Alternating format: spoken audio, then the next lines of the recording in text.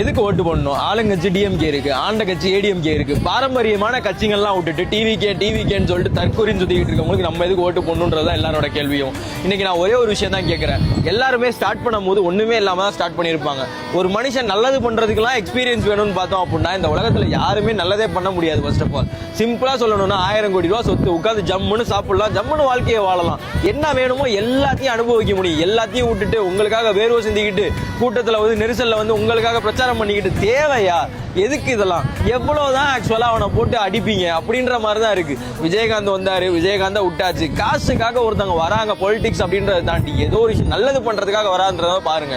ஏன்னா காசுக்காக தான் மோஸ்ட் ஆஃப் த பீப்புள் பாலிடிக்ஸ்க்கு என்ட்ரானாங்க. நான் அரசியல் ஒரு சாக்கடை நினைச்சுக்கிட்டு இருந்தேன். சிம்பிளா சொல்லணும்னா போன எலெக்ஷன்ல நானே சீமானுக்கு தான் ஓட்டி போட்டேன். ஆனா இந்த வாட்டி பார்த்தா சீமான் டிஎம்கே பத்தி பேசவே இல்லை. டிஎம்கேவோட பி டீம் மாதிரி எனக்கு தெரியுது. ஆக்சுவலா இப்படி எல்லாம் இருக்கப்ப ஒரு நல்ல மனுஷனை ஏன் ஆதரிக்க கூடாதுன்றதுதான் என்னோட பாயிண்ட். ஆக்சுவலா வரக்கூடிய தலைமுறையாவது நல்லா வாழட்டும்ன்றதுதான் ஒரு பாயிண்ட்.